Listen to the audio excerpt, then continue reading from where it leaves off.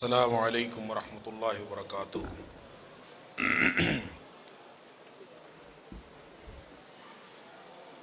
الحمد للہ وکفا وسلام علی عبادہ الذین اصطفیٰ۔ اشہد ان لا الہ الا اللہ وحدہ لا شریک لہ واشہد ان محمدا عبدہ ورسولہ صلی اللہ علیہ وآلہ وسلم۔ اللہم صلی علی محمد وعلی آل محمد کما صلیت علی ابراہیم وعلی آل ابراہیم انک حمید مجید۔ اللہم بارک علی محمد وعلی آل محمد کما بارکت علی ابراہیم وعلی آل ابراہیم انک حمید مجید۔ اما بعد، اللہ کے فضل اور اس کی توفیق اور اس کی رحمت سے آج اللہ کے فضل سے 30ویں پارے کے ساتھ ہمارا قیام مکمل ہوا۔ اللہ تعالی ہم سب کی طرف سے قبول فرمائے۔ اللہ تعالی اس قرآن کو ہم سب کے لیے جنت میں جانے کا باعث بنا دے۔ اللہ تعالی اس قرآن کے ساتھ جنتوں کے اندر ہماری منزلیں بہت اعلیٰ اور بہت اونچی بنا دے۔ اللہ تعالیٰ اس قرآن کے ساتھ ہمارے دنیا اور آخرت کے ہر طرح کے غم دور فرما دے۔ اللہ تعالیٰ اس قرآن کو ہمارے دلوں کا نور بنا دے۔ اللہ ہمارے آنکھوں کی ٹھنڈک بنا دے، اور اللہ اس قرآن کے ساتھ ہمیں زندگی گزارنے کی توفیق عطا فرمائے، اور قرآن کو ہمیں ہمارا ایسا ساتھی بنا دے جو دنیا اور آخرت کے ہر مرحلے میں ہمارے ساتھ ہو۔ 30واں پارہ، اس میں 37 صورتیں، اور 37 صورتوں میں سے 3 صورتیں مدنی ہیں اور باقی 34 صورتیں مکی۔ مکی صورتوں کے بارے میں آپ لوگوں کو معلوم ہے کہ اس میں بنیادی طور پر عقائد پر بات کی گئی ہے، توحید کی بات ہے، قیامت کی بات ہے، رسالت کی بات ہے۔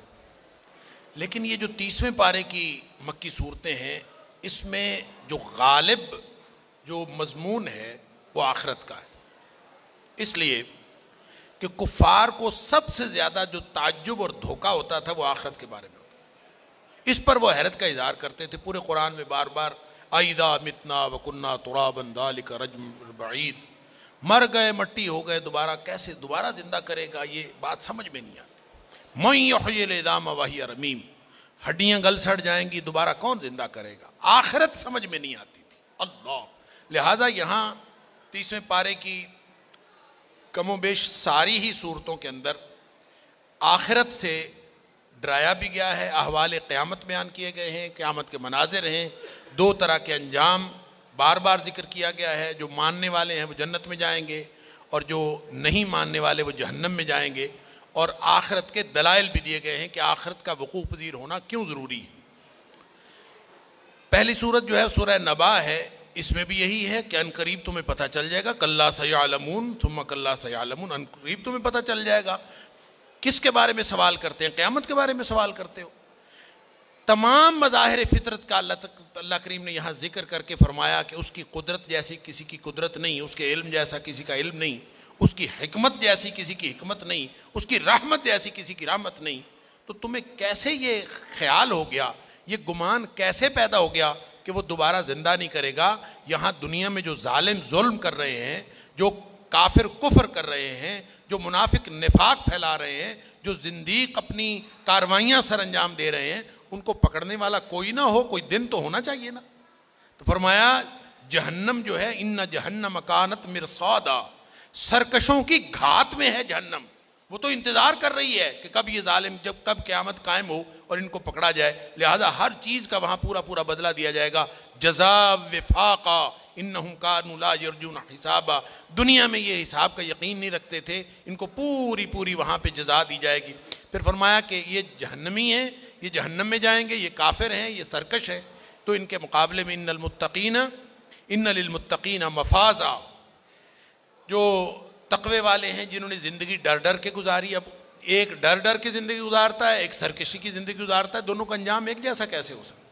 لہذا فرمایا کہ جو ڈر کے زندگی گزارنے والے، اللہ کی ناراضگی سے بچنے والے اور اللہ کی رضامندی کے لیے زندگی گزارنے والے، ان کے لیے تو کامیابیاں ہیں، اور ان کے لیے پھر جنت کی نعمتوں کا ذکر ہے، اور پھر آخر پہ کافر کی حسرت ہے، جب اس نے جانوروں کو دیکھنا ہے کہ وہ جنت کی خاک بنا دیے گئے ہیں تو اس وقت کافر یہ حسرت کرے گا، انا انذرناکم عذابا قریبا یوم ینظر المرء ما قدمت یداہ ویقول الکافر یا لیتنی کنت ترابا۔ اللہ نے ساری حجت تمام کر دی، یہاں کسی کو سمجھ نہیں آتی۔ قیامت والے دن کافر جب دیکھے گا اپنا انجام اس کو نظر آ رہا ہوگا، تو جب وہ دیکھے گا کہ جانور سارے جنت کی خاک بن گئے ہیں تو وہ حسرت کرے گا، کاش میں بھی ایک جانور ہوتا اور آج جنت کی خاک بنا دیا جاتا۔ اس کے بعد سورہ نازعات ہے، اس میں بھی باس بعد الموت اور آخرت کا ہی مضمون ہے، اور امکان آخرت کے دلائل دیے گئے ہیں، اور اس میں ہواؤں کی، بادلوں کی، فرشتوں کی قسم اٹھائی گئی ہے، قدرت الہیہ کا ذکر ہے اور انسان کی بے بسی کا ذکر ہے، پھر کچھ فرعون کی تاریخ سے استدلال ہے، اور اللہ کی قدرت و ربوبیت کے ذریعے سے بتایا گیا ہے کہ فرشتوں اور ہواؤں کے ذریعے سے ایک دفعہ کائنات کو درہم برہم کر دے گا، اور پھر وہ دوبارہ اس کائنات کو بنائے گا، اور اس کی وجہ یہ ہے کہ تاکہ بڑے بڑے کافروں اور فرعون جیسے سرکشوں کو ان کی سزا دی جائے، وگرنہ اگر یہ قیامت قائم نہ ہو تو سرکشوں کو سزا کون دے گا۔ پھر آگے آیت نمبر 34 سے 41 تک پھر دو مختلف انجام بتائے ہیں۔ اللہ اکبر، فرمایا کہ فَإِذَا جَاءَتِ الطَّامَّةُ الْكُبْرَى يَوْمَ يَتَذَكَّرُ الْإِنسَانُ مَا سَعَىٰ فَأَمَّا مَنْ طَغَىٰ وَآثَرَ الْحَيَاةَ الدُّنْيَا، جو اللہ کا سرکش ہو گیا، باغی ہو گیا، اور اس نے دنیا کی زندگی کو ترجیح دے دی، فَإِنَّ الْجَحِيمَ هِيَ الْمَأْوَىٰ، اس کا ٹھکانہ جہنم کے علاوہ کوئی نہیں۔ کیا مطلب؟ ایک تو وہ ہے جو جس کے پروگرام میں آخرت شامل ہی نہیں ہے، صرف دنیا اس کے پروگرام میں شامل، آخرت ہے ہی نہیں، وہ تو اس کے جہنمی ہونے میں کوئی شک نہیں۔ ایک وہ ہے جس کے پروگرام میں کہیں کہیں موہوم سی آخرت بھی ہے، کبھی کبھی وہ بات کرتا ہے ہاں آخرت بھی ہونی چاہیے، لیکن ترجیح دنیا کو دیتا ہے۔ وَآثَرَ الْحَيَاةَ الدُّنْيَا، جب وہ لسٹ بناتا ہے، پہلے نمبر پہ یہ کام کر لوں، دوسرے پہ یہ کر لوں، تیسرے پہ کر لوں، پیسہ کما لوں، اولاد بنا لوں، کوٹھیاں بنا لوں، سب کچھ بنا لوں، آخرت بھی لسٹ میں کہیں آتی ہے، لیکن پہلے نمبر پہ آخرت نہیں ہے۔ وَآثَرَ الْحَيَاةَ الدُّنْيَا، دنیا کی زندگی کو وہ ترجیح دیتا ہے۔ فرمایا جنت میں نہیں جا سکتا، ان الجحیم ہی الماء، جنت میں کون جائے گا؟ فرمایا وَأَمَّا مَنْ خَافَ مَقَامَ رَبِّهِ، جو رب کے سامنے کھڑا ہونے سے ڈر گیا، دل کرتا ہے اس کا میں یہ کر لوں، میں وہ کر لوں، اسی وقت اس کو خیال آتا ہے میں اللہ کو کیا جواب دوں گا، آج یہ کر لوں گا کل اللہ کو کیا جواب، اس کو ہر وقت دل میں یہ ڈر رہتا ہے میں اپنے اللہ کو کیا جواب، اللہ کے سامنے کھڑا ہوں گا تو میں کیا جواب۔ اللہ، فَمَنْ يَعْمَلْ مِثْقَالَ ذَرَّةٍ خَيْرًا يَرَهُ وَمَنْ يَعْمَلْ مِثْقَالَ ذَرَّةٍ شَرًّا يَرَهُ، جب ایک ایک چیز، ایک ایک ذرہ بھر نیکی اور ذرہ بھر برائی سامنے آ جانی ہے تو میں اپنے اللہ کو جواب کیا دوں گا۔ وَنَهَى النَّفْسَ عَنِ الْهَوَىٰ، لہٰذا وہ اپنے خواہشات، اپنے نفس کو خواہشات سے روک لیتا، لگام دے لیتا، نہ بھائی یہ نہیں کرتا، بھائی اتنا کام، زندگی اگر اس طرح سے گزار لی، ادھر جانے کو دل کیا نہیں جانا، ادھر جانے کو دل کیا نہیں جانا، ادھر جانے کو دل کیا نہیں جانا، نَهَى النَّفْسَ عَنِ الْهَوَىٰ، اس کو لگام دے لی۔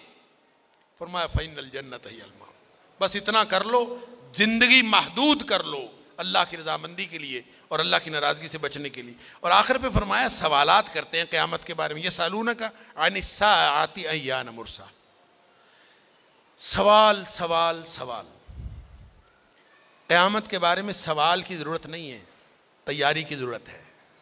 سوال کرتے ہیں منافق، سوال کرتے ہیں کافر، مومن صرف تیاری کرتا ہے، مومن ڈرتا ہے موت سے اور موت کے بعد کی زندگی سے، اور اللہ سے وہ سختیوں سے نجات مانگتا ہے، آخرت میں جنت مانگتا ہے اور اللہ کی ناراضگی سے بچنا چاہتا ہے۔ لہٰذا فرمایا کب آئے گی کب آئے گی یہ سوال نہ کیا کرو، آئے گی تو لگ پتہ جائے گا، اس سے پہلے تیاری کر لو، اصل مسئلہ تیاری کا۔ آگے سورہ عبس ہے، سورہ عبس میں بھی ہے تو آخرت کا موضوع اور دنیا کی زندگی میں جتنی نعمتیں اس کا ذکر کر کے آخرت کی دلیل دی گئی ہے، لیکن اس میں ایک بڑی ایک اہم واقعے کی طرف ایک نشاندہی کی گئی ہے۔ عبداللہ بن ام مکتوم ایک نابینا صحابی تھے، نبی کریم صلی اللہ علیہ وسلم سرداران قریش کے ساتھ محو گفتگو تھے، اوپر سے یہ نابینا صحابی آ گئے۔ اب نبی کریم صلی اللہ علیہ وسلم سرداروں کے ساتھ گفتگو کر رہے تھے، یہ بیچارے سے صحابی تھے، نبی کریم صلی اللہ علیہ وسلم کی طبیعت پر ناگوار گزرا، کہ اس کی وجہ ہے کہ ظاہر ہے کہ جب آپ سرداروں سے محو گفتگو ہوں تو ایک تو ان کے ظاہری آداب ہوتے ہیں، اور دوسرا نبی کریم صلی اللہ علیہ وسلم کا یہ مطمع نظر ہوتا تھا کہ کسی قوم کا سردار اگر مومن بن جائے نا تو پیچھے پوری قوم مومن بن جاتی. الناس علی دین ملوکہم، لوگ اپنے بادشاہوں کے دین پر ہوتے ہیں. تو نبی کریم صلی اللہ علیہ وآلہ وسلم کے دل میں تھوڑا سا ناگواری ہوئی اور آپ نے چہرے کے اوپر بھی تھوڑی ناگواری کا جیسچر دیے. اللہ نے صورت نازل فرما دی عبس وتولی ان جاءہ الاعمی، کہ نبی کریم صلی اللہ علیہ وسلم ذرا سی تیوڑی چڑھائی اور ذرا سا رخ پھیرا. کیوں؟ ایک نابینا صحابی آیا. اللہ تعالیٰ نے یہاں پہ جو بات ارشاد فرما یدریک لعلہ یزکا او یذکر فتنفعہ الذکر اما من استغنی فانت له تصدی، یہ جو ساری گفتگو اللہ کریم نے فرمائی ہے عام طور پہ مفسرین نے یہ سمجھا ہے کہ یہاں اللہ نے نبی اکرم صلی اللہ علیہ وسلم کے رویے کو پسند نہیں فرمایا، اس لیے فرمایا کہ آپ کو تیوڑی چڑھانے کی ضرورت نہیں. یہ بدبخت سارے کے سارے جو کافر ہیں یہ پتہ نہیں ایمان انہوں نے لانا کہ نہیں لانا، وہ تو ایماندار ہے، تو آپ نے کیوں تیوڑی چڑھائی؟ مفسرین نے یہ سمجھایا اور لکھا ہے کہ نبی کریم صلی اللہ علیہ وسلم کے اس رویے کو پسند نہیں کیا. اور یہ بات مفسرین نے لکھی ہے، اسلاف نے لکھی ہے، ہم سمجھتے ہیں شاید یہی ٹھیک ہوگی، لیکن جو طالب علم کو اس سے سمجھ آتی ہے. اللہ اکبر. اللہ کریم نے اسلوب تو یہی اختیار فرمایا ہے کہ اے حبیب صلی اللہ علیہ وسلم آپ نے تیوڑی کیوں چڑھائی. امر واقعہ تو یہی ہے عبس وتولی، لیکن در حقیقت یہ کافر سرداروں کو ان کی اوقات یاد دلائی ہے کہ تم سارے سرداروں، تم سب کے مقابلے میں یہ اکیلا نابینا صحابی بہتر ہے. تمہاری اوقات یہ ہے کہ اللہ آسمانوں سے اس نابینے کی سفارش کر رہا ہے اور اپنے نبی کریم صلی اللہ علیہ وسلم کو فرما رہا ہے کہ ان بدبختوں کو رہنے دو، اس صحابی کی فکر کرو. گویا ان کو اوقات بتائی گئی ہے. نبی کریم صلی اللہ علیہ وسلم کو کوئی ڈانٹ نہیں پلائی گئی، نبی کریم صلی اللہ علیہ وسلم کے رویے کے اوپر کوئی نقد نہیں کیا گیا، نبی کریم صلی اللہ علیہ وسلم کے رویے کے اوپر کوئی تنقید نہیں ہے. یہ اصل میں ان کو ان کی اوقات دلائی ہے. صرف خطاب نبی کریم صلی اللہ علیہ وسلم کو ہے کہ آپ نے تیوڑی چڑھائی ہے نا، تو اصل میں ان سارے بدبختوں کے مقابلے میں وہ اکیلا بہتر ہے. یہ اصل میں عبداللہ بن ام مکتوم کی فضیلت بیان نہیں ہوئی، یہ ایمان کی فضیلت ہے. جس کو اللہ تعالیٰ ایمان عطا فرما دیتا ہے، وہ لنگڑا ہو، وہ لولا ہو، وہ اندھا ہو، وہ جیسا بھی ہو، وہ سارے سرداروں سے ہر ایک سے بہتر ہو جاتا ہے. وہ بخاری کی حدیث آپ نے سنی ہوگی کہ نبی کریم صلی اللہ علیہ وسلم ایک دفعہ تشریف فرما تھے، ایک آدمی پاس سے گزرا. آپ نے کسی سے پوچھا ہے کون ہے؟ اس نے کہا کہ یہ کوئی سردار ہے کسی بستی کا اور بڑا جناب اس کے ساتھ باڈی گارڈ بھی ہوں گے، گھوڑے والے بھی ہوں گے. انہوں نے کہا جی یہ بڑا کرنے والا ہے، جو بندہ اس کی بات کہیں بات کرے لوگ فوراً اس کی بات سنتے ہیں، یہ کہیں نکاح کا پیغام بھیجے لوگ فوراً رشتہ دینے کے لیے تیار ہوتے ہیں، اس کی تو بڑی مانتا ہے، لوگ بڑی بات اس کی سنتے ہیں. نبی کریم صلی اللہ علیہ وسلم خاموش. تھوڑی دیر کے بعد ایک اور گزرا. حدیث کے الفاظ ہیں ہوا من فقراء المسلمین، مسلمانوں کا ایک بڑا نمانا سا آدمی بیچارہ سا گزرا. اللہ اکبر. پوچھا نبی کریم صلی اللہ علیہ وسلم یہ کون ہے؟ اس نے بتایا یہ مسلمانوں میں سے فقراء المسلمین، ایسے فقیر سا ہے لیکن اس کا سماجی مقام و مرتبہ بھی کوئی نہیں ہے، اس کے گھر والے اس کی بات نہیں سنتے، یہ سفارش کرے اس کی سفارش قبول نہیں ہوتی. اللہ، کہیں سے رشتہ مانگے اس کو کوئی رشتہ دینے کے لیے تیار نہیں، لیکن ہے مومن. نبی اکرم صلی اللہ علیہ وسلم نے یہ نہیں فرمایا کہ یہ شخص اس پہلے والے شخص سے بہتر ہے، یہ نہیں فرمایا. فرمایا ہذا خیر من ملء الارض ہذا، وہ جو پہلے شخص گزرا ہے اس جیسے لوگوں کی زمین بھری ہوئی ہو ان سب سے یہ اکیلا بہتر ہے. تو یہ دراصل یہ سورہ عبس کے اندر اللہ تعالیٰ نے سرداروں کو ان کی اوقات بتائی ہے کہ تم سارے سردار اکٹھے ہو کے آ جاؤ، ابن ام مکتوم اکیلا تم سب سے بہتر ہے. اس کے بعد سورہ مطففین ہے، اس میں اخلاق کا عقیدہ آخرت سے تعلق ثابت کیا گیا ہے اور جو بے ایمانی اور بددیانتی ہے اس پر گرفت کی گئی ہے. اور دراصل یہ بتایا گیا کہ بے ایمان لوگ وہ ہوتے ہیں جو ناپ تول میں کمی کرتے ہیں، جو دھوکہ کرتے ہیں، جو فراڈ کرتے ہیں، دراصل وہ بے ایمان ہوتے ہیں، ان کا آخرت پر ایمان نہیں ہوتا. اور آخرت پر اگر جن کا ایمان ہوتا ہے وہ ایسی حرکتیں نہیں کرتے. اور بے ایمان لوگ دینے کے اور لینے کے اور ان کے تول، ان کے باٹ، ان کے ناپ، ان کی ہر چیز مختلف ہوتی ہے، اس لیے کہ وہ آخرت پر یقین نہیں رکھتے. پھر اسی لیے آخرت پر سزا کے اسباب بتائے ہیں. اور اس کے بعد سورہ انشقاق ہے. سورہ انشقاق میں بھی قیامت اور آخرت اور محاسبے کا ذکر ہے. محنتی اور مشقتی انسان، اللہ اکبر، یا ایھا الانسان انک کادح الی ربک کدحا فملاقیہ. اللہ، کہ اگلی منزلوں کا تصور کرو کہ ہر انسان کو محنتی اور مشقتی پیدا کیا اللہ تعالیٰ نے. اب یہ ہو نہیں سکتا کہ انسان اور مشقت نہ کر رہا ہو، چاہے ویلا بیٹھا ہو نا، کوئی کسی نہ کسی مشقت میں ہوتا ہے، کسی نہ کسی مصیبت میں ہوتا ہے. اللہ نے بنائی قادر ہے اس کو، لیکن اس کا یہ جو محنت کا سفر ہے، یہ محنت رکی ہوئی نہیں ہے، اس کی محنت کا سفر جاری ہے. قدحن الی ربک، یہ رب کی طرف جا رہا ہے. یا ایھا الانسان انک قادح الی ربک قدحا فملاقیہ. یہ سفر اس وقت جا کے رکے گا جب رب کے ساتھ ملاقات ہو جائے گی. پھر دو انجام ہیں، کچھ کو دائیں ہاتھ میں اعمال نامہ ملے گا، کچھ کو بائیں ہاتھ میں اعمال نامہ. یہاں بائیں ہاتھ میں نہیں فرمایا، دائیں ہاتھ میں جن کو ملے گا وہ تو خوشی سے دو لوگوں کو بتاتے پھریں گے، یہ دیکھیں ہم کامیاب ہو گئے.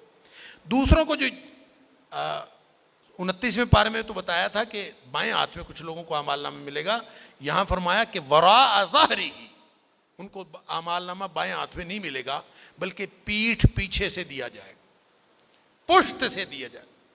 بعض نے اس کی تشریح یہ کی ہے کہ ان کو دبر سے دیا جائے گا، اور بعض نے اس کی تشریح یہ کی ہے کہ ان کے جو یعنی یہ ان کے لیے رسوائی کی ایک علامت ہے کہ ان کی طرف دیکھا بھی نہیں جائے گا اور ان کو پیچھے سے پکڑا دیا جائے گا. اور بعض نے کہا ہے اس کا جسم پیچھے سے چیر کے اور اس کو آگے پکڑایا جائے کہ یہ لو تم لے جاؤ. یہ رسوائی کی مختلف علامتیں اللہ تعالیٰ معاف فرمائے. سورہ بروج ہے، اس کے بعد سورہ بروج میں نبی کریم صلی اللہ علیہ وسلم اور صحابہ کی ہمت افزائی کی گئی ہے اور صبر کی تلقین کی گئی ہے، اور ساتھ یہ بتایا گیا ہے کہ ایمان لانے کے بعد آزمائشوں سے گزرنا پڑتا ہے. اس سے پہلے ایک سابقہ کہانی بتائی ہے، اصحاب الاخدود کا ایک واقعہ ہوا تھا. فرمایا کہ ان کے ساتھ بھی یہ سارا کچھ ہوا ہے. وما نقموا منہم الا ان یؤمنوا باللہ العزیز الحمید. ان بیچاروں کا قصور کیا تھا؟ جن کو گڑھے کھودوا کے اس میں آگ جلا کے اس میں گرا دیا گیا. کس قصور کے سبب؟ وما نقموا منہم الا ان یؤمنوا باللہ العزیز الحمید. ان کا صرف قصور یہ تھا کہ انہوں نے ایمان کا اظہار کیا تھا اللہ پر. اللہ ایمان لانا اس دھرتی پر جرم ٹھہرا. اللہ اکبر. ظالم ظلم کرتے ہیں صرف اس لیے کہ یہ ایمان والے ہیں. جابر جبر کرتا ہے، فرعون اپنی فرعونیت دکھاتا ہے، ساری دنیا کے جبابرہ ایمان والوں کے دشمن ہو جاتے ہیں. تو فرمایا کہ پریشانی کی کوئی بات نہیں ہے، ایک دن آنے والا ہے جس دن اللہ تعالیٰ نے سارے فیصلے کرنے ہیں. آگے سورہ الطارق ہے. الطارق ستارے کو کہتے ہیں، روشن ستارے کو. تو گویا نبی اکرم صلی اللہ علیہ وسلم کو اس میں بھی آپ کو تسلی دی گئی ہے، اور حقیر قطرہ آپ سے پیدا ہونے والا انسان جو فضیلتوں میں، جس کو اللہ تعالیٰ نے پیدا تو اسی سے انسان ہوتا ہے لیکن ہر شخص کا انجام مختلف ہے. اسی سے پتہ حقیر قطرہ آپ سے پیدا ہونے والا انسان، اس کی حیثیت بھی وہی ہے جو آسمان ستارے بالا تر ہستی کی نگرانی میں چل رہے ہیں. انسان بھی بالا تر ہستی کی نگرانی میں چل رہا ہے. اللہ اکبر. تو جو ساری کائنات کو پیدا کرنے پر قادر ہے وہی انسان کو پیدا کرنے پر قادر ہے، اور انسان کو دوبارہ پیدا کرنے پر بھی قادر ہے. لہٰذا پہلی دفعہ جو پیدا کیا ہے اس کا تقاضا یہ ہے، عدل کا تقاضا یہ ہے کہ دوسری دفعہ وہ اس کو پیدا کرے. لہٰذا ایک دن وہ پیدا کرے گا، یوم تبلی السرائر. جس دن وہ پیدا کرے گا نا، اس دن پھر سارے راز باہر آ جائے. یہاں سب چھپے ہوئے ہیں. فراڈیا چھپا ہوا ہے، چور چھپا ہوا ہے، منافق چھپا ہوا ہے، دھوکے باز، جھوٹا، ہر شخص زانی، بدکار، سب چھپے ہوئے ہیں. وہاں یوم تبلی السرائر سب باہر آ جائے گا. اللہ تعالیٰ معاف فرمائے. اور اس دن پھر فرمایا قرآن جو ہے قول فیصل ہے، کافروں کو مہلت ملی ہوئی ہے، اس مہلت سے فائدہ اٹھا لیں. آگے سورۃ الاعلیٰ ہے. سورۃ الاعلیٰ میں نبی اکرم صلی اللہ علیہ وسلم کو یہ نصیحت ہے اور اہل ایمان کو کہ تسبیح و تذکیر جاری رکھیے. اہل خشیت جن کے دل میں اللہ کی عظمت ہے وہ ضرور فائدہ اٹھائیں گے، اور دنیا ان کے راستے میں حائل نہیں ہو سکتی. اور بدبخت جہنمی ہی ہیں جو آپ کی دعوت سے فائدہ نہیں اٹھاتے. اور پھر آگے کامیابی کا اصول دیا ہے. سن لیجئے، گھروں میں کامیابی، گھروں میں پریشانیاں ہیں، گھروں میں دکھ ہیں، بیماریاں ہیں. کوئی کہتا ہے جادو ہے، کوئی کہتا ہے نظر ہو گئی ہے، کوئی کچھ کہتا ہے ہزار قسم کے مسائل ہیں مغلوبیت میں. یہاں اللہ نے کامیابی کا اصول بتا دیا. قد افلح من تزکا وذکر اسم ربہ فصلی. دیکھ لیجئے، 3 کام جس نے کر لیا نا وہ کامیاب. قد افلح من تزکا وذکر اسم ربہ فصلی. ایک تو یہ ہے کہ پاکیزگی، عقیدے کی پاکیزگی، ظاہری پاکیزگی، گھر کی پاکیزگی، یہ اس کو مینٹین کر لیں. غسل اور وضو کا طریقہ صحیح کر لیں اور پاکیزگی بہترین کر لیں. عقیدہ بھی پاک ہو، جسم اور گھر سب کچھ پاک ہو. اور دوسری بات یہ کہ نماز پڑھتے ہوں، گھر میں 10 سال سے بڑا کوئی بے نمازی نہ ہو. 10 سال سے چھوٹے بچے ہیں ان کو بھی سکھانی ہے، ان کو بھی، لیکن 10 سال سے بڑا اس کی نحوست پڑتی ہے. اور تیسرا علاج ہے اللہ کا ذکر. اللہ کے ذکر کی کوئی حد نہیں ہے. صبح و شام کے اذکار سے شروع کریں. نماز اقیم الصلاۃ لذکری، خود نماز اللہ کا ذکر ہے، لہٰذا صبح و شام کے اذکار، موقع بموقع دعائیں، یہ سب کر لیں تو انشاءاللہ گھر سے ہر طرح کی بیماریاں، پریشانیاں، جادو، حسد، شریروں کا شر سب ختم ہو جائے گا انشاءاللہ. آگے سورہ غاشیہ ہے، اور سورہ غاشیہ میں بھی ایک ڈراوا ہے کہ ایک چھا جانے والی قیامت جو پوری عالم پر چھا جائے گی. اس دن محنت کر کر کے تھکے ہوئے لوگ بھی جہنم میں جائیں گے. اللہ عاملۃ ناصبہ، محنت کر کر کے تھکے ہوئے ہوں گے لیکن جہنم میں جائیں گے. تصلیٰ نارا حامیہ، جہنم ان کو لے لے گی. اللہ تعالیٰ معاف فرمائے. کیوں؟ محنت دنیا کے لیے تھی یا محنت غلط راستے پر تھی. اللہ تعالیٰ ہم سب کو صراط مستقیم میں محنت کرنے کی توفیق عطا فرمائے. وہ جو فرمایا تھا نا، یا ایھا الذین، یا ایھا الانسان انک کادح، تو کادح ہے، محنتی اور مشقتی ہے. یہ مشقت اگر درست سمت میں ہوگی تو ہی کامیابی ہے، اگر ویسے محنت کر کر کے تھکا ہوا. اللہ تعالیٰ معاف فرمائے. پھر فرمایا غور کرو، اونٹ کو پیدا کرنے والا، آسمان کو پیدا کرنے والا، زمین اور پہاڑ بنانے والا قادر مطلق، کیا ہے وہ اس ننھی منی مخلوق انسان کو دوبارہ پیدا کرنے پر قادر نہیں ہے؟ یعنی یہ تم نے کیسے سوچ لیا؟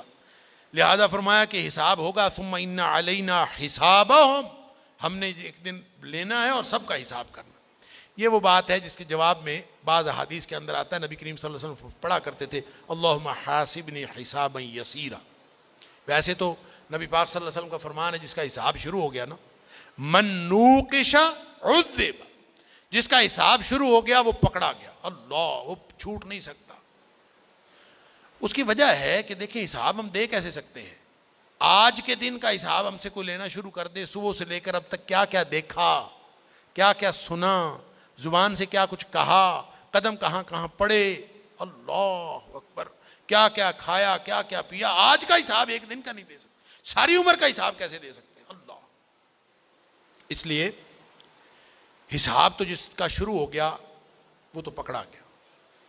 اما عائشہ صدیقہ رضی اللہ تعالیٰ نے پوچھا فسوف یحاسب حسابا یسیرا کا کیا معنی ہے پھر؟ کہ اس کا آسان حساب ہوگا. نبی کریم صلی اللہ علیہ وسلم نے فرمایا آسان حساب جو ہے نا وہ حساب نہیں ہے، وہ صرف پیشی ہے. بس اللہ کے سامنے پیش ہونا، اللہ نے کہنا جا تجھے معاف کیا. اللہ تعالیٰ ہم سب جب کہنا ہے نا اللہم حاسبنی حسابا یسیرا، اللہ ہمارا حساب آسان کر دے، تو ذہن میں یہ رکھنا انشاءاللہ بغیر حساب کتاب کی جنت ملنی ہے انشاءاللہ. آگے سورہ فجر ہے، اس میں بھی قسمیں اٹھائی ہیں. 10 راتوں کی قسم ہے اور مخلوق کے جوڑوں کی قسم ہے، طاق و جفت کی، نہر اور عرفہ کی، مختلف قسم کی قسمیں. فرما کہ قیامت ضرور قائم ہوگی. بات قیامت کی ہے، اس میں بھی یہی بات بتائی گئی ہے. قوم عاد، بلکہ قوم عاد کے جو ظالم تھے، قوم سمود کے جو ظالم تھے، فرعون جیسا سرکش، اور اس طرح کے جتنے تاریخ کے سرکش ہیں، بتاؤ تو ان کے ظلم کا حساب کون لے گا اگر قیامت نہ آئے؟ لہذا ان کا ذکر کر کے اللہ تعالیٰ نے فرمایا ہے ان ظالموں کا وجود اس دھرتی پر اس بات کا تقاضا کرتا ہے کہ قیامت قائم ہو. یہ کیسے ہو سکتا ہے قیامت نہ قائم ہو؟ اللہ. اور پھر فرمایا کہ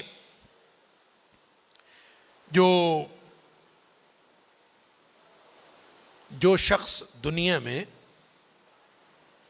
مخلوق کے حقوق کا خیال نہیں رکھتا اور مال سے شدید محبت کرتا ہے اور اپنے آپ کو دنیا میں کھپائے ہوئے ہے، اس کو آخرت کا خیال نہیں ہے، اور وہ ساری زندگی اس کی صرف دنیا کمانے میں لگ گئی ہے، یہ بتائیں کہ وہ کبھی اطمینان کی موت مر سکتا ہے؟ اطمینان کی موت وہی مرے گا جس کا مطمع نظر آخرت ہو. ایک حدیث میں آتا ہے نبی اکرم صلی اللہ علیہ وسلم نے فرمایا جو یہ پسند کرتا ہے نا، من احب لقاء اللہ احب اللہ لقاءہ، جو شخص پسند کرتا ہے کہ اس کی ملاقات اللہ کے ساتھ ہو، اللہ بھی پسند کرتا ہے کہ اس کے ساتھ اس کی ملاقات. اور جس کو یہ پسند ہی نہیں ہے کہ اس کی اللہ کے ساتھ ملاقات ہو، اللہ بھی نہیں پسند کرتا اس کے ساتھ ملاقات. لہٰذا جس کو پسند ہے کہ میری ملاقات اللہ سے ہو، وہ ہر وقت موت کی تیاری کرتا ہے نا. وہ تو کپڑے سونے پہنے گا، وہ تو اپنا عقیدہ صحیح رکھے گا، اپنا دل صاف کرے گا، اندر سے برتن دھوئے گا، باہر سے دھوئے گا، وہ اپنے آپ کو پاکیزہ رکھے گا، اپنے خیال پاکیزہ رکھے گا، اپنی سوچیں پاکیزہ رکھے گا. کیوں؟ اس نے اللہ سے ملاقات کرنی ہے، وہ تو اللہ سے ملاقات کے لیے تیاری پکڑ رہا ہے.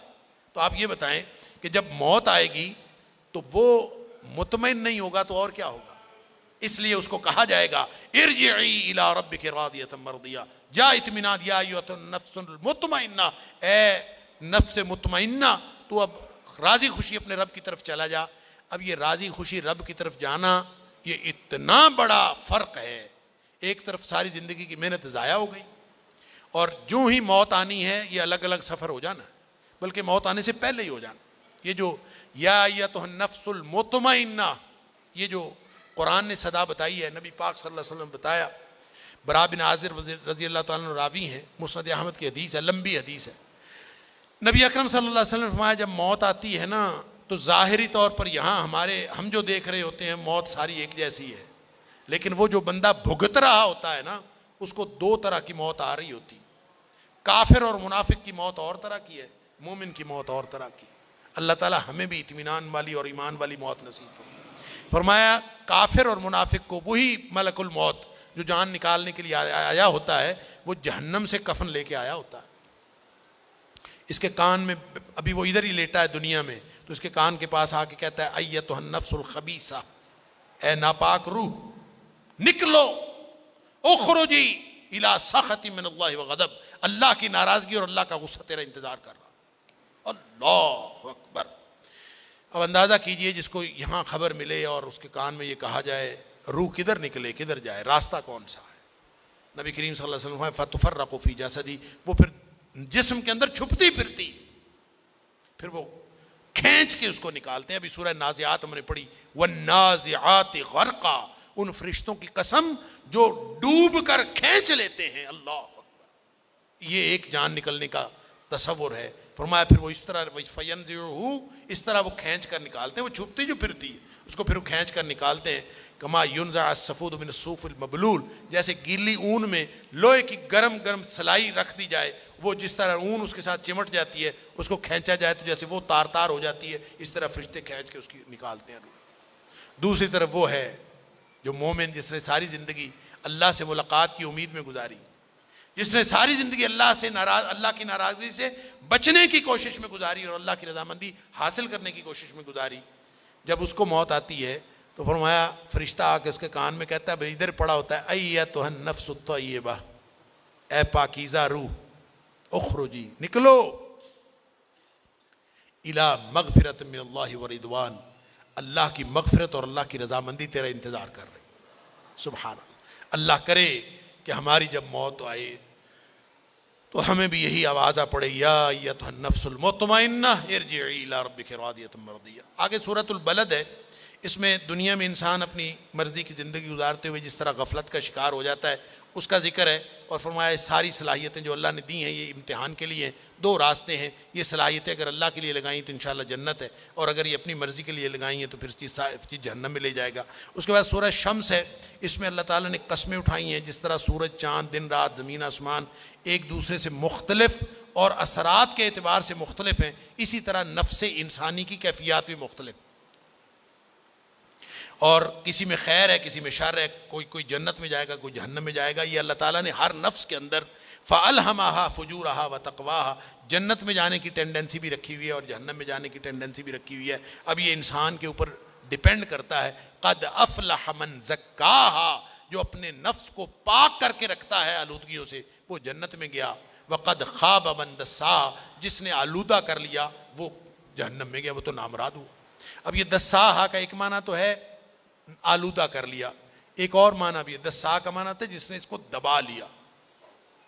اور اس میں سبق پتہ کیا ہے کہ دین اسلام نے انسان کی ضرورتیں جو رکھی ہیں، احتیاجات جو رکھی ہیں، جو نفس کی خواہشات رکھی ہیں، ان کو دبایا نہیں ہے، ان کو راستہ دیا ہے۔ حرام کا راستہ چھوڑ کر حلال کا راستہ اختیار کر لو، یہ نہیں کہا کہ کھانا پینا چھوڑ دو، یہ کہا ہے حرام چھوڑ دو، حلال کھا لو۔ یہ نہیں کہا کہ اگر شہوت کا جذبہ ہے تو اس کو چھوڑ دو، یہ نہیں کہا، بلکہ حرام جو محرم عورتیں اس کو چھوڑ دو، نکاح کر کے حلال راستہ اختیار کر دو۔ یعنی ہر چیز کا ایک راستہ دیا ہے، حرام کا راستہ بند ہے، حلال کا راستہ کھلا ہے، چینلائز کیا ہے دین اسلام نے۔ لہٰذا جو اس کو دبا لیتا ہے نا کہ نہیں کھانا، نہیں جانا، نہیں کرنا، قد خواب من دساہا، جو اس کو دباتا ہے وہ بھی شریعت کے تقاضے کو پورا نہیں کرتا، بچے گا وہ قد افلح من زکاہا۔ اللہ اس کے بعد آگے سورہ لیل ہے، اس میں بھی گزشتہ صورت میں جو مجموعہ ازداد کی کائنات کی طرف توجہ دلائی گئی تھی وہ اس میں بھی ہے، اور دو طرح کے اعمال اور دو طرح کے نتائج، بالکل وہی موضوع اس میں بھی ہے۔ آگے سورہ والضحیٰ ہے، اللہ اکبر۔ نبی اکرم صلی اللہ علیہ وسلم پر کچھ دن وحی نازل نہ ہوئی، لوگوں نے عجیب و غریب بکواس بازی شروع کر دی، کافروں نے ہرزہ سرائی شروع کر دی، کسی نے کہا کہ اس کا شیطان اس کا ساتھ چھوڑ گیا، نعوذ باللہ من ذالک، کسی نے کچھ کہا کچھ۔ نبی کریم صلی اللہ علیہ وسلم بہرحال تقاضۂ بشری کے تحت دل میں کوئی تھوڑا غم تو آتا ہے۔ اللہ تعالیٰ نے فرمایا والضحیٰ واللیل اذا سجا ما ودعک ربک وما قلی، تیرے رب نے تجھے تنہا نہیں کیا، چھوڑا نہیں ہے، اکیلا نہیں چھوڑا، تیرا رب تو تیرے ساتھ ہے۔ وَلَلْآخِرَةُ خَيْرٌ لَكَ مِنَ الْأُولَىٰ، بعد والی زندگی تیری پہلے سے بہتر ہے۔ وَلَسَوْفَ يُعْطِيكَ رَبُّكَ فَتَرْضَىٰ، قریب اللہ آپ کو وہ کچھ عطا کرے گا کہ آپ خوش ہو جائیں گے۔ سبحان اللہ۔ آپ گزشتہ زندگی کو دیکھیں، جب آپ کو راستہ نہیں پتا اللہ نے راستہ بتایا، جب آپ کے پاس کچھ نہیں تھا اللہ تعالیٰ نے آپ کو غنی کر دیا، ہر چیز تو اللہ تعالیٰ نے آپ کو دی ہے۔ اچھا یہ جو صورت ہے نا، یہ والی اور اس سے آگی سورہ الم نشرح، سورہ انشراح، یہ دونوں صورتیں حالت غم میں، ڈپریشن میں، نفسیاتی کیفیت میں، انسان جب بالکل پریشانی میں ہو، دکھ میں ہو، یہ دونوں صورتیں دکھوں کا مداوا ہیں۔ کبھی اس کو غور سے بیٹھ کے اکیلے پڑھا کریں، اس کے معنوں پہ غور کر کے، جس طرح نبی کریم صلی اللہ علیہ وسلم کو خطاب ہے ایسے ہی پوری امت کو خطاب ہے کہ اللہ نے کب چھوڑا ہے ہمیں؟ ہر چیز سے مایوس ہو جاؤ، ایک اللہ کی رحمت سے مایوس نہیں ہونا، اس نے نہیں چھوڑا۔ آگے سورہ 3 ہے، اس میں اللہ تعالیٰ نے اس میں بھی 4 قسمیں، انجیر کی قسم، زیتون کی قسم، طور پہاڑ اور مکہ شہر کی، اور اس میں بھی امکان آخرت کے دلائل ہیں عقلی اور نقلی، اور بتایا کہ انسان وہی ہے جس کو اللہ تعالیٰ نے بہترین بنایا ہے، اپنے کردار سے یہ بدترین بن جاتا ہے، بہترین بن کے یہ جنت الفردوس لے سکتا ہے، اور بدترین بن کے یہ جہنم کی گہرائیوں میں جا سکتا ہے۔ اس لیے اسفل بننے سے، بدترین بننے سے بچنے کا ایک ہی طریقہ ہے، وہ کیا ہے؟ الا الذین آمنوا وعملوا الصالحات، ایمان لا کر نیک عمل کرو اور اس راستے پر چل پڑو۔ آگے سورہ اقرا، یہ پہلی صورت ہے، پہلی وحی جو نازل ہوئی نزول کے اعتبار سے، اقرا بسم ربک الذی خلق، یہ 5 آیتیں یہ سب سے پہلے نازل ہوئی تھیں، اور ان 5 آیتوں میں اقرا، رب، انسان، علمہ اور خلق، یہ 5 آیتیں ہیں، اور 5 ہی کلمات ایسے ہیں جن کی تکرار ہے۔ ایک اقرا 2 دفعہ ہے، رب 2 دفعہ ہے، انسان 2 دفعہ ہے، علمہ 2 دفعہ ہے، اور خلق 2 دفعہ ہے۔ اس سے ایک کہانی بنتی ہے، پوری زندگی کا فلسفہ بنتا ہے، پورے قرآن کی ہدایت کا فلسفہ بنتا ہے۔ کیا کہ وہ علم پڑھنا چاہیے جو انسان، یعنی انسان کو اللہ نے اس لیے پیدا کیا ہے کہ یہ وہ کچھ پڑھے جو اس کو اپنے رب کے ساتھ ملا دے۔ لہٰذا علم وہ ہے جو رب کے ساتھ ملا دے، جو علم رب سے دور کرے وہ علم نہیں ہے۔ لہٰذا کار نبوت سے آگاہی، نبوی منہج کی تعلیم دی گئی ہے، اور سرکشوں کو تنبیہ کی گئی ہے آیت نمبر 6 سے آخر تک۔ اور اس میں ایک واقعہ اس کے پس منظر میں ہے کہ ایک دن نبی کریم صلی اللہ علیہ وسلم، اکثر آپ مسجد حرام میں جا کے نماز پڑھتے تھے، تو ابو جہل نے کہا کہ آئندہ میں نے اس کو زمین پہ سر رکھ کے سجدہ کرتے دیکھا تو میں اس کی گردن پر پاؤں رکھ کے اس کو کچل دوں گا، اس کی گردن کچل دوں گا۔ اس نے قسم اٹھائی، اور پھر وہ ایک دن نبی کریم صلی اللہ علیہ وسلم نماز پڑھ رہے تھے تو یہ بدبخت اسی ارادے سے آیا، اور قریب آیا، اور ابھی آ رہا تھا تو ایک دم پیچھے بھاگا۔ سارے کافر دیکھ رہے تھے کہ اب یہ جا کے پتہ نہیں کیا کرے گا، تو ایک دم یوں کر کے اس نے جیسے کوئی چیز اس کو پکڑ رہی تو بھاگا، اور خوف زدہ ہو کے ان کے پاس چلا گیا کہ کوئی آگ سی تھی جو مجھے آگے سے روک رہی تھی، اور خوف زدہ ہو کے پیچھے آ گیا۔ اللہ تعالیٰ نے یہاں فرمایا ہے کہ اگر وہ آگے بڑھتا تو فرشتے اس کو چیر پھاڑ کے رکھ دیتے۔ اللہ اکبر۔ آگے سورۃ القدر ہے، انا انزلناہ فی لیلۃ القدر، جس قرآن کے نزول سے رات اتنی عظیم ہو گئی ہے وہ قرآن کتنی عظمت والا ہوگا۔ لہٰذا جس نے عظمت حاصل کرنی ہے وہ اس قرآن کے ساتھ جڑ جائے۔ راتیں عظیم ہیں، یہ مہینہ عظیم ہے، وہ نبی عظیم ہے جس کو قرآن ملا، وہ فرشتہ عظیم ہے جس کو جو قرآن کے نزول کا باعث بنا، ہر وہ چیز عظیم ہے جو قرآن سے جڑ گئی۔ لہٰذا تم بھی قرآن سے جڑ جاؤ، اس سے بڑی جڑنے کی چیز اور کوئی نہیں۔ اور اسی رات میں فرشتے اہم کاموں کا فیصلہ کرتے ہیں، یہ بھی قرآن کا ہی ایک اعجاز ہے۔ آگے سورہ بینہ ہے، بعثت محمدی اور نزول قرآن، یہ اتمام حجت ہے ساری دنیا پر۔ نبی کریم صلی اللہ علیہ وسلم آ گئے، قرآن نازل ہو گیا، اب رہتی دنیا تک یہ حجت اور دلیل قائم ہو گئی۔ اب کوئی شخص یہ نہیں کہہ سکتا کہ ہمارے پاس ہدایت نہیں آئی تھی۔ یہ اس صورت میں یہ بتایا گیا ہے کہ آپ کی بعثت کے بغیر ممکن نہیں تھا کہ لوگوں کو شرک سے باز رکھا جاتا، کفر سے باز رکھا جاتا۔ نبی اکرم صلی اللہ علیہ وسلم کی نبوت جو عالمگیر ہے اور قیامت تک کے لیے ہے، وہ اسی مقصد کے لیے جو مان لے گا وہ بہترین مخلوق ہے، اور جو نہیں مانے گا وہ بدترین مخلوق ہے۔ شر البریہ، یہ نہیں فرمایا برے بدترین انسان ہے، بلکہ فرمایا بدترین مخلوق ہیں۔ کیا مطلب؟ کہ جنگل کے چوہے، بلی، درندے بھی ان سے بہتر ہیں، یہ بدترین مخلوق ہے۔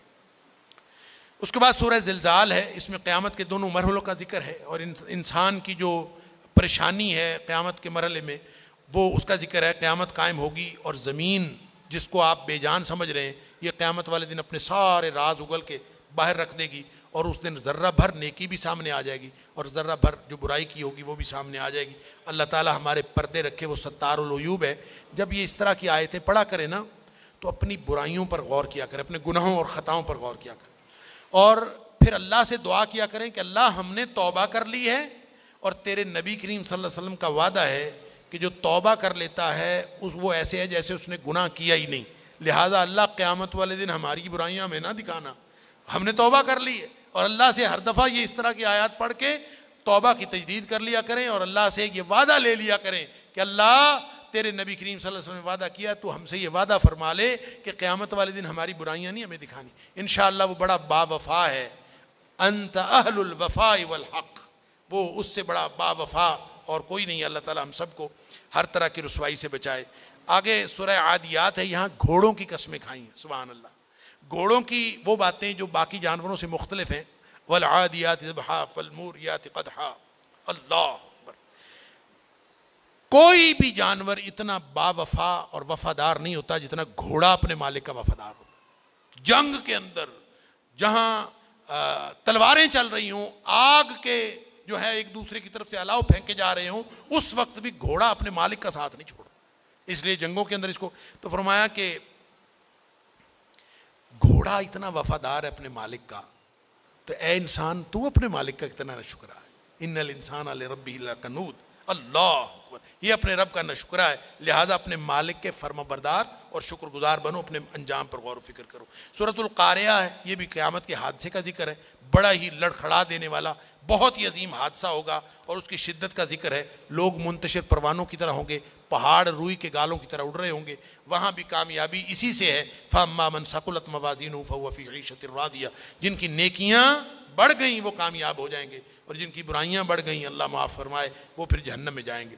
آگے سورہ التکاثر ہے، الہاکم التکاثر، تمہیں غفلت میں ڈال رکھا ہے تکاثر ہے۔ یہ تکاثر پتہ کیا ہے؟ تکاثر کا مطلب ہے ایک دوسرے سے زیادہ لینے، کثرت مال کی جو ہوس ہے نا اس نے، اللہ اکبر، ایک دوسرے سے بڑھ کر۔ ہم تکاثر سمجھتے ہیں صرف مال میں ہے، حالانکہ اللہ تعالیٰ نے کب کہا ہے تکاثر صرف مال؟ ہر چیز میں دوسرے سے آگے بڑھ جانے کی جو ہوس ہے وہ تکاثر ہے۔ حتیٰ کہ علم میں بھی لوگوں کو یہ ہوتا ہے نا، میں علمی بات کروں، میرے پاس علم زیادہ ہے، میری نیکی زیادہ ہے، میرا دین زیادہ ہے، میری ٹور زیادہ ہے، میری چودر زیادہ ہو، میرا مال زیادہ ہو، میری کوٹھی بڑی ہو، یہ ساری چیزیں تکاثر میں آتی ہیں، سوائے اس کے جس کا مقصد اللہ کو راضی کرنا۔ اگر اللہ کو راضی کرنا مقصد ہے تو پھر علم بھی، پھر دین بھی، پھر نیکی بھی، پھر نمازیں بھی، پھر زیادہ زیادہ پڑھیں۔ پھر جب آپ نے فائدہ دوسروں سے لینا ہی نہیں تو ساری دنیا بھی دیکھ رہی ہو، ریاکاری کا خیال بھی نہیں آتا۔ ریاکاری یہ نہیں ہے کہ لوگ دیکھ رہے ہوں، ریاکاری یہ ہے کہ جب انسان کو لوگ دیکھ رہے ہوں تو انسان کے دل میں یہ خیال آئے کہ مجھے کچھ نہ کچھ فائدہ ہو جائے گا ان سے۔ جب یہ خیال نہ آئے تو ساری دنیا بھی دیکھ رہی ہو تو وہ ریاکاری نہیں بنتی۔ لوگوں کا دیکھنا ریاکاری نہیں ہے، ان کو دکھانا ریاکاری ہے، اور ان کے دکھانے کے پیچھے کوئی مقصدیت کار فرما رکھنا یہ ریاکاری، اللہ تعالیٰ معاف فرمائے۔ سورۃ العصر ہے، سورۃ العصر کے بارے میں امام شافعی علیہ الرحمہ کا وہ قول، انہوں نے کہا تھا کہ سارا قرآن نہ بھی نازل ہوتا، یہ اکیلی صورت نازل ہو جاتی تو اس کو لوگ پڑھ کر، اس کو سمجھ کر اس پر عمل کر لیتے تو انسانوں کی ہدایت کے لیے یہی کافی تھا۔ والعصر ان الانسان لفی خسر، زمانے کی قسم ہے ہر انسان گھاٹے میں، لہذا آپ کیلکولیٹ کر لو، ان الانسان لفی خسر، سب گھاٹے میں ہیں، صرف یہ چند بچیں گے، کون؟ الا الذین آمنوا وعملوا الصالحات وتواصوا بالحق وتواصوا بالصبر۔ یہ چار کام کیے بغیر، ایمان تطہیر فکر ہے، اور عمل صالح تعمیر سیرت و کردار ہے، اس کے بغیر نہیں کام بننا. اور دعوت و ارشاد اور ابتلاء و آزمائش، یہ 4 کام ہیں، یہ کیے بغیر کامیابی نہیں ملنی. یہ بہت مشکل کام ہے، لیکن میں اس کو آسان کر دوں. اللہ نے بھی آسان کیا ہے. آسان پتہ کیا ہے؟ کہ جب پتہ چل گیا ادھر خسارہ ہے اور ادھر منافع ہے، پتہ تو چل گیا نا. تو جس دن پتہ چل گیا کہ ادھر خسارہ ہے اور ادھر منافع ہے، تو منافع والی طرف قدم اٹھا لینا، باقی سارا کام اس کا ہے. اتنا آسان ہے کہ صرف انسان طے کر لے کہ آج کے بعد میں نے اپنی من مرضی نہیں کرنی، میں نے اللہ کی مرضی کرنی. میں نے آج کے بعد جتنی زندگی ہے میں نے اللہ کی مرضی سے گزارنی. آپ نے طے کرنا، باقی کام تو اس نے کرنا ہے. اللہ تعالیٰ خود مدد کرتا ہے.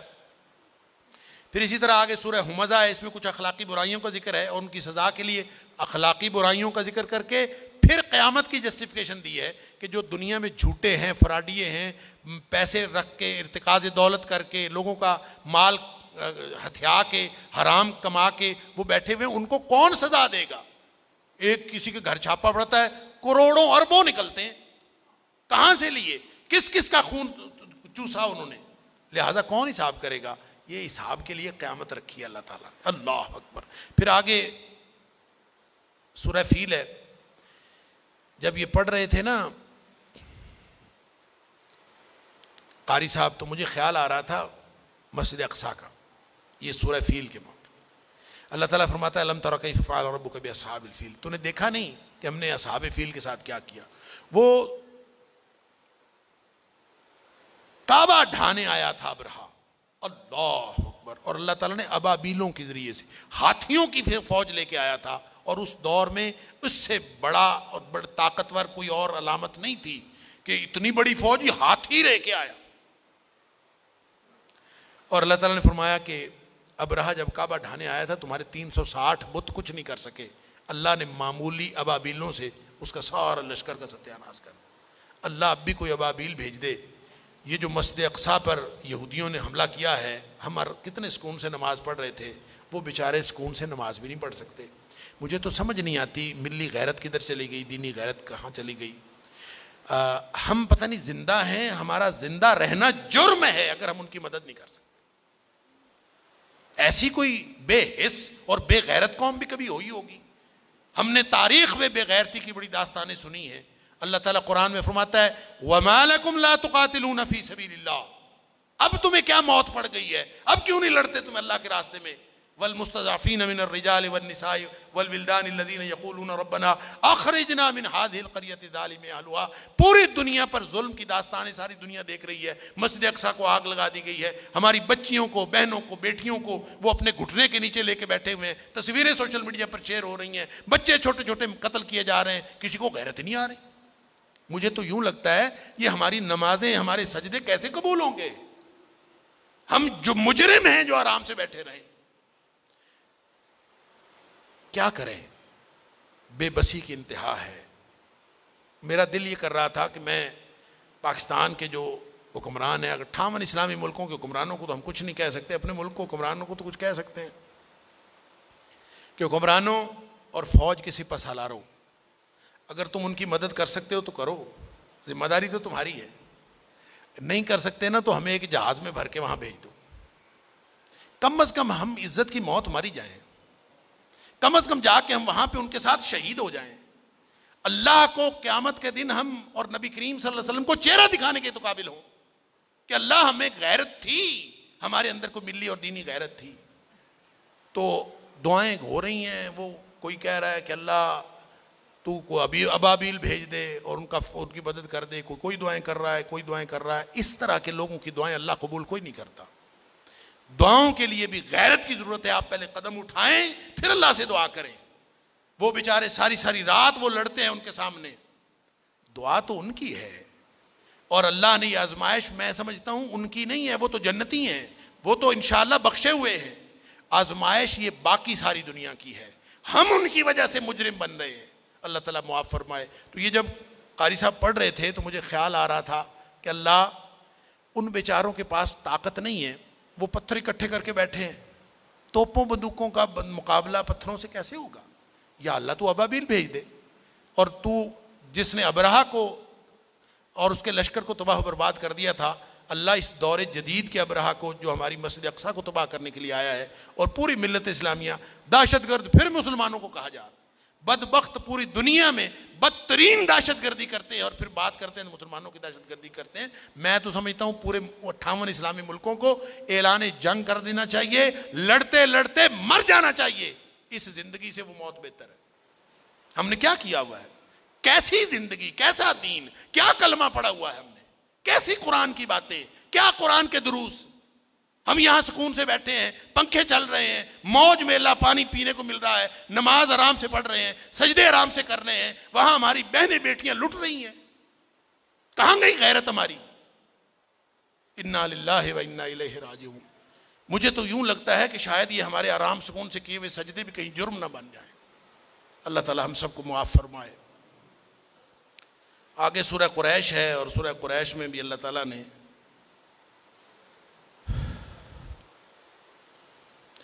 قریش کو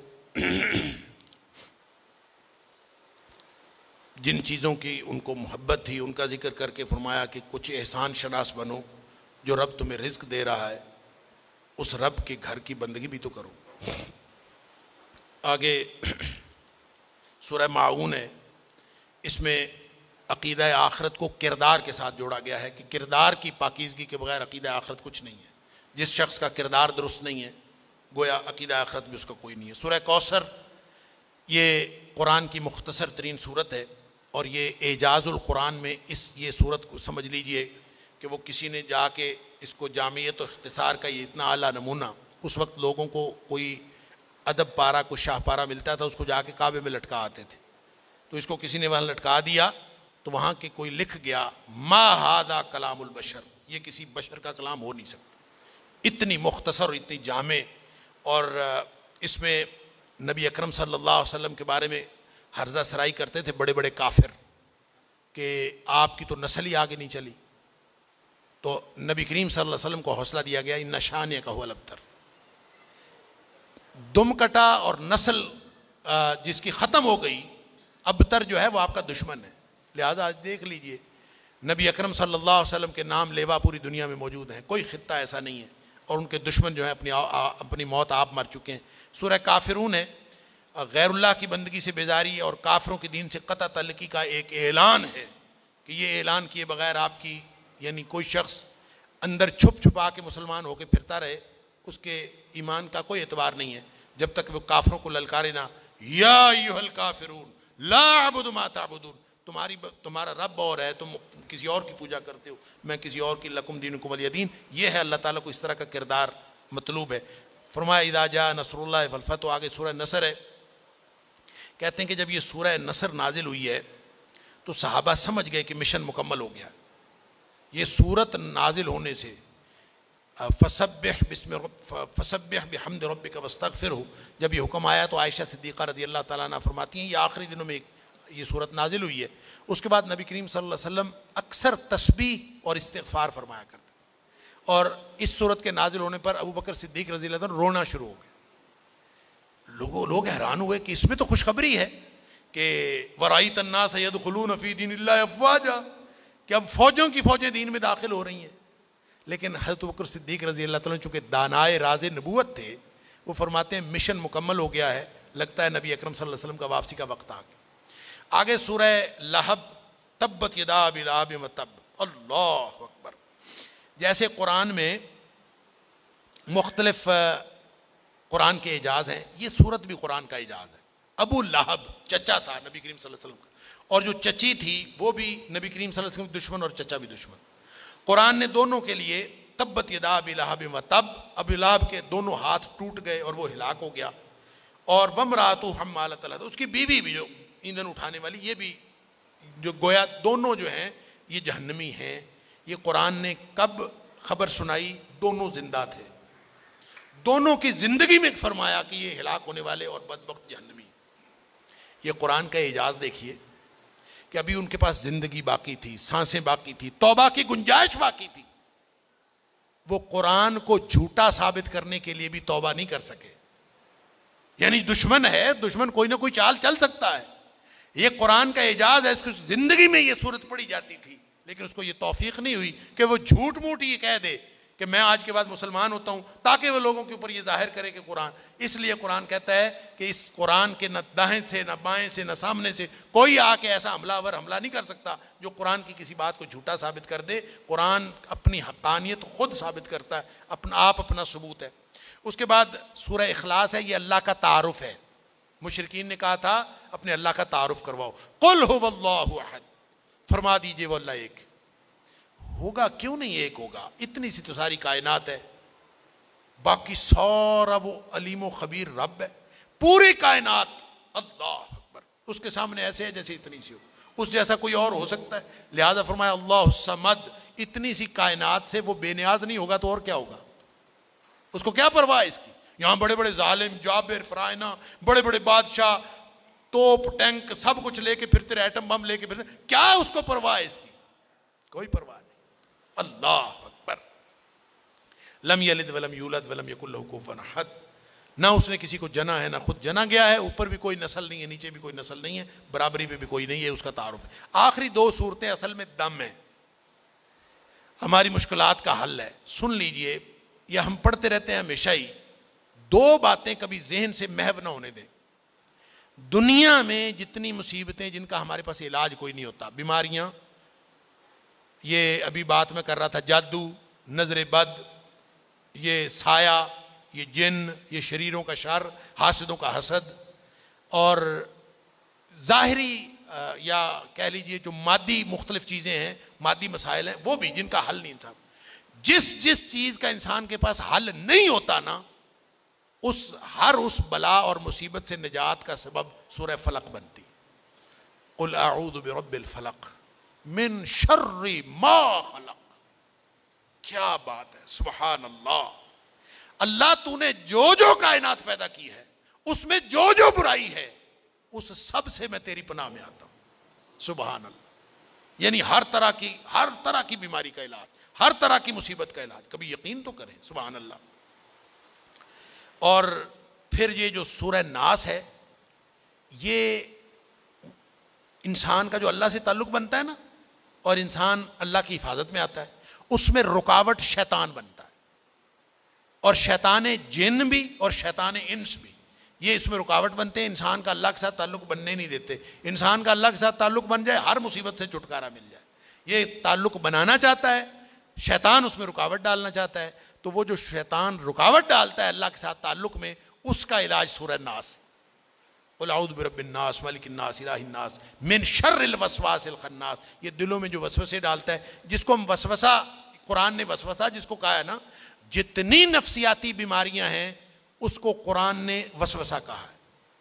حدیث میں بھی اس کو وسوسہ کہا گیا. ایک صحابی آیا نبی کریم صلی اللہ علیہ وسلم کے پاس، آ کہتا ہے مجھے وسوسے بہت آتے ہیں. یہ وہی ہے جو دور جدید کی نفسیاتی بیماریاں، یہ وسوسے ہیں.